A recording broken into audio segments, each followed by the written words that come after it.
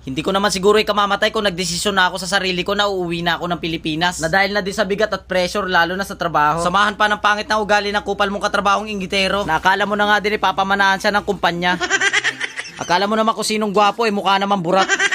So ngayong araw nga, nandito ako ngayon sa Sim Travelo. Ang bentahan ng mga iba't ibang klase ng mga maleta. Dito ka lang makakahanap ng zipperless na maleta na talagang napakaganda ng kalidad. Tama-tama nga rin to para sa mga uuwi ng Pilipinas. Dahil nga pangontra na din to sa tanimbala. Dahil hindi mo nga alam kung safe pa din ba sa NAIA. Alam nyo naman sa NAIA, napakaraming issue na puro nakawan. Kagaya na lang ng mga gadgets na nawawala, tanimbala, nakawan ng asawa.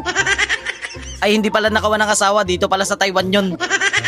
Sobrang ganda nga gamitin ng maletan to dahil safe na safe at zipperless na nga siya. Hindi katulad sa mga di-zipper na maleta, isang tusok mo nga lang ng ballpen kayang-kaya ng buksan. Dito nga sa zipperless na maleta, kahit ilagay mo dito yung mga gadgets mo like pera, ginto, ay hindi mawawala yan dahil napaka-safe nga nito gamitin. Sobrang tibay pa at napakagaan lang. Hindi rin kayo mahihirapan sa pagbili dito dahil Pilipino nga ang may-ari nitong Sim Travelo. Kaya hindi na kayo mahihirapan sa pagkikipag-communicate. Iba't ibang klaseng design ng mga pagpipilian nyo dito. Ito na nga sigurong Sim Travelo ang pinakamura at pinakamatibay na bilihan ng maleta dito sa Taiwan. Paano ko nga ba nasabing matibay? Eto nga, tingnan nyo, sinasakyan ko yung maleta. Dahil alam nyo na kasi, unang-unang nasisira talaga sa maleta yung gulong. Kaya panalo-panalo talaga dito kay Sim Travelo dahil napaka-quality nga ng mga binibenta nilang mga maleta. Kung itatanong nyo naman ako kung saan ang location nito, dito lang yan sa may Chungli Taoyuan. O kaya search nyo na lang tong location na to. Napakalapit lang nitong location na to sa Chungli train station, guys. Sa mga gusto naman mag-inquire at umorder through online, ito nga pala yung blue app and black app nila. Highly recommended talaga tong zipperless na maleta. Dahil alam nyo na, napakaraming mga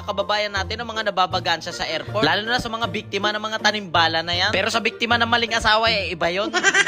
De joke lang, laking pasalamat ko talaga dito kay kuya dahil napakabait nga niya. Akala nyo talaga uwi ako ng Pilipinas, no? Kahit maraming tagapagmana dito sa Taiwan, ay mas pipiliin ko pa rin mamuhay dito sa Taiwan. So yun, ako pa rin to, si Coops. Ang taong mahilig gumala kahit walang pina.